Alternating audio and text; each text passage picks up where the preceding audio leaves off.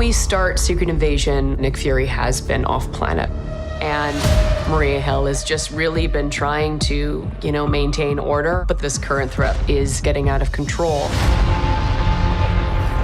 Nick comes back having lost whatever power he had before. I'm Coy Jandreau. I'm here with The Real Rejects, sitting down with the director of all of Secret Invasion, Ali Salim. How you doing today, man? I'm great. How are you? I am obsessed with your show, so I'm very well. Wow, thank you. I've loved the Skrulls since I was a kid, so you've really done honor to my childhood. I appreciate it. Fantastic. So, from knowing you're working in treatment, I noticed immediately this amazing duel scenes between these two actors that feels like they're dueling, these great character work pieces.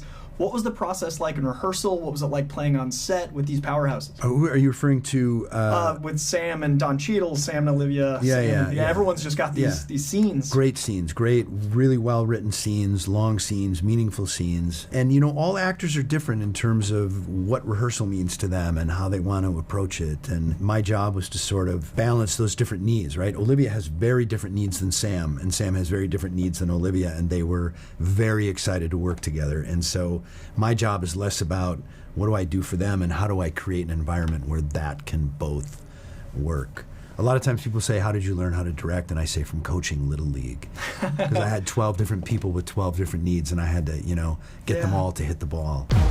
I had to pinch myself many mornings when I would step on set with Olivia Coleman, Sam Jackson, Don Cheadle, Emilia Clarke, Ben Mendelsohn, Kingsley Ben-Adir. I mean, some of my favorite actors in the world.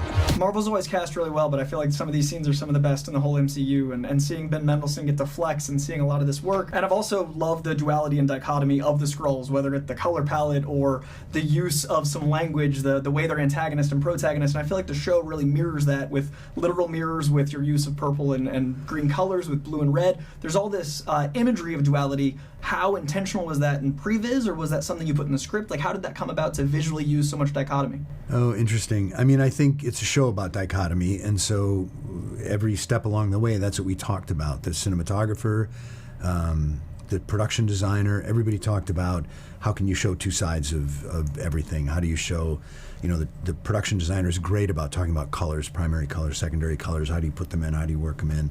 The purple blood is a great addition. Yeah. It's just a rule we came up with that when they die, their blood turns purple. And it's great because, green and purple, and that's so distracting.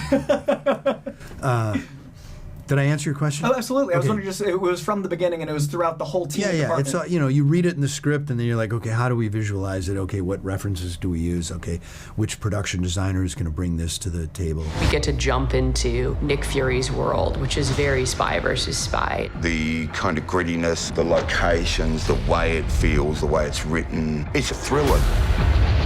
The opening of this has to cover so much because you've got decades of lore, you've got the Skrulls being reintroduced as antagonists now, you've got to cover a lot densely. What was the pressure like in being brought onto the show to have the opening be that strong for a new show with beloved characters?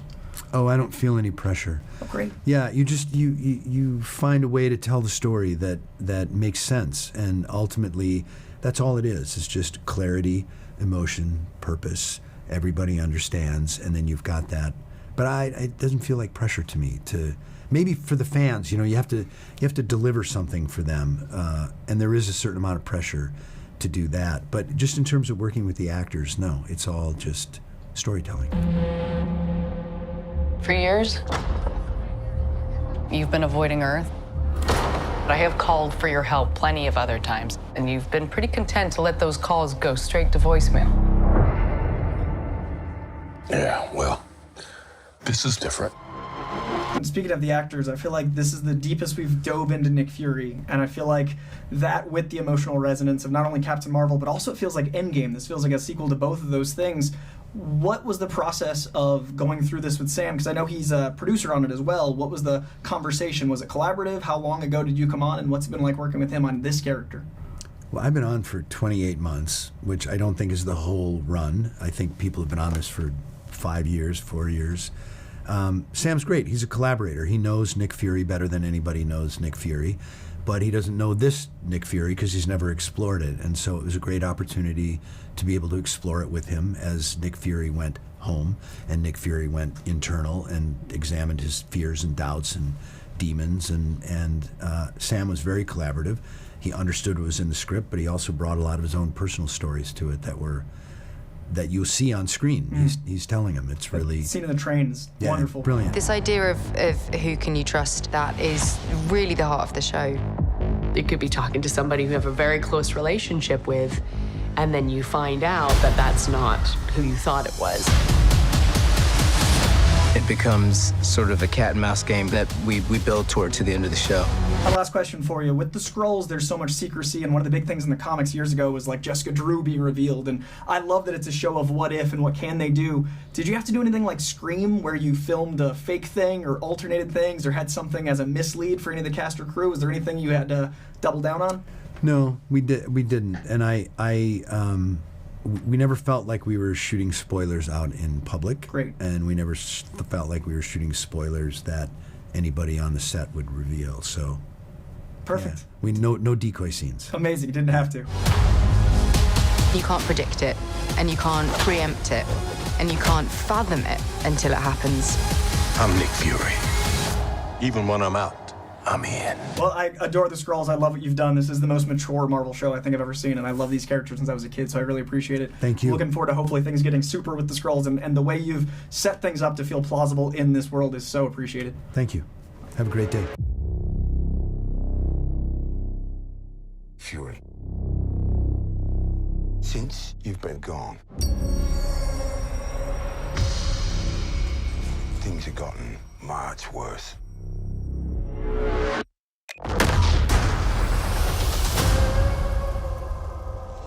How do you think I came back?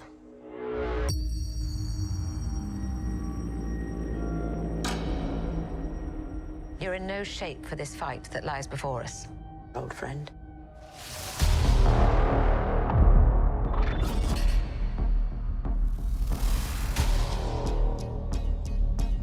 This is personal.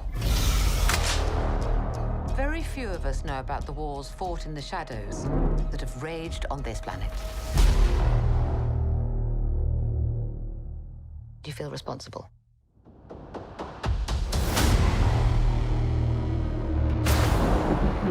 Where are the Avengers?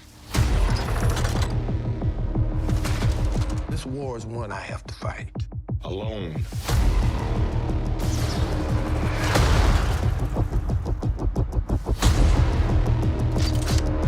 You're the most wanted man on the planet. You don't know what they have planned for you. The great Nick Fury.